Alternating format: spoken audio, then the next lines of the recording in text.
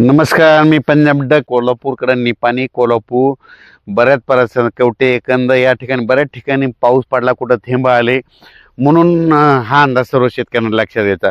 आज दुपारनंतर 3च्या नंतर मात्र सांगली जिल्हा, सातारा जिल्हा, त्याच्यानंतर सांगली, सातारा, कोल्हापूर, सोलापूर, पुणे, अहिल्यानगर, संगमनेर, ओझर, पुन्हा आळेफाटा, विघ्नर कारखाना परिसर, त्याच्यानंतर बऱ्याच ठिकाणी आज दुपारनंतर 3च्या नंतर कुठं थेंब दिसतील, कुठं पाऊस पडायला दिसेल म्हणून हा अंदाज लक्षात यायचा। पण त्याच्यानंतर आज मध्यरात्रीच्याला मात्र संगमनेर तालुका, अहिल्यानगर जिल्हा, आळेफाटा, जुन्नर, सिन्नर, त्याच्यानंतर कडाष्टी, बीड, पाटोदा, त्याच्यानंतर दोन, पुणे, सातारा, सांगली, सोलापूर, कोल्हापूर, पुणे ह्या परिसरामध्ये, बीड जिल्हा, परभणी जिल्हा, लातूर जिल्हा मध्यरात्री मात्र 12च्या 2च्या मात्र बऱ्याच ठिकाणी पेंडोलता पाऊस पडलेला दिसेल म्हणून हा अंदाज महाराष्ट्रातल्या शेतकऱ्यांच्या लक्षात यायचा।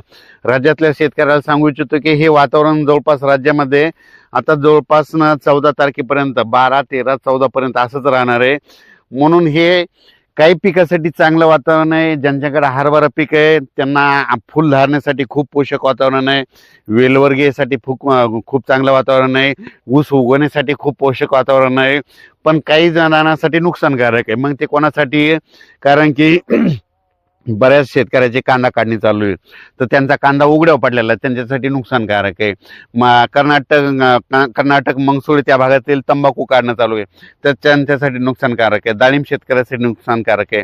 कशामुळे? कारण की ह्या वातावरणामध्ये दिवसा देखील धुळे असते, त्याच्यामुळे त्याचं नुकसान होतं। म्हणून त्यांनी बुरशीनाशकाची फवारणी करून आणि आपल्या पिकाचं नियोजन करायचं त्यांनी त्यांचं स्वतः करावे।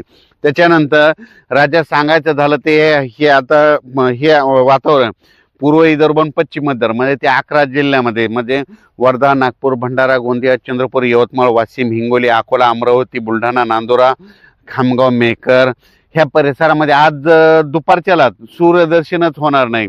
खूप ढगाळ येईल, असं वाटतं पाऊस येईल का, फक्त तुरळक ठिकाणी थेंब येतील। विदर्भात काही पाऊस पडणार नाही म्हणून तुरीचं काही तुमच्या नुकसान होणार नाही म्हणून हा अंदाज सर्व शेतकऱ्यांनी लक्षात घ्यायचा। 14 तारखेच्या नंतर परत तुम्ही तूर काढू शकता। त्याच्यानंतर उत्तर महाराष्ट्राकडे देखील हे काय होणार आहे, 13-14च्या दरम्यान परत हे वातावरण उत्तर महाराष्ट्राकडे जाणार आहे म्हणून उत्तर महाराष्ट्रातल्या शेतकऱ्यांनी हा अंदाज लक्षात घ्यायचा। काय झालं, हे पाऊस येण्याचं कारण काय झालं, तामिळनाडू, चेन्नई आणि बंगालच्या खाडीमध्ये एक चक्रीवादळ आहे। त्या चक्रीवादळ काय झालं, ते चक्रीवादळ तामिळनाडू केरळमध्ये पाऊस तिकडे आज खूप पडणार आहे। त्याचा असर काय होणार आहे, आंध्र प्रदेशला फटका बसणार आहे, कर्नाटकला बसणार आहे, त्याच्यामुळे त्याचा असर आपल्या महाराष्ट्राला बसणार आहे म्हणून हा अंदाज सर्व शेतकऱ्यांनी लक्षात द्यायचा।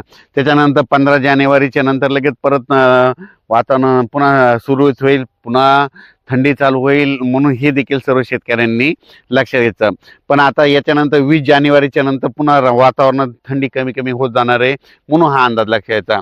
यानं अचानक वातावरणात बदल झाला तर उद्या एक लगेच मेसेज द्यायला जाईल आणि पाहू शकता हे खूप आभाळ आलेलं आहे। आमच्या तिकडे देखील रात्रीच्याला मध्ये थेंब पडतील म्हणून हे देखील परभणी जिल्ह्यातल्या सर्व शेतकऱ्याला सांगू इच्छितो। धन्यवाद।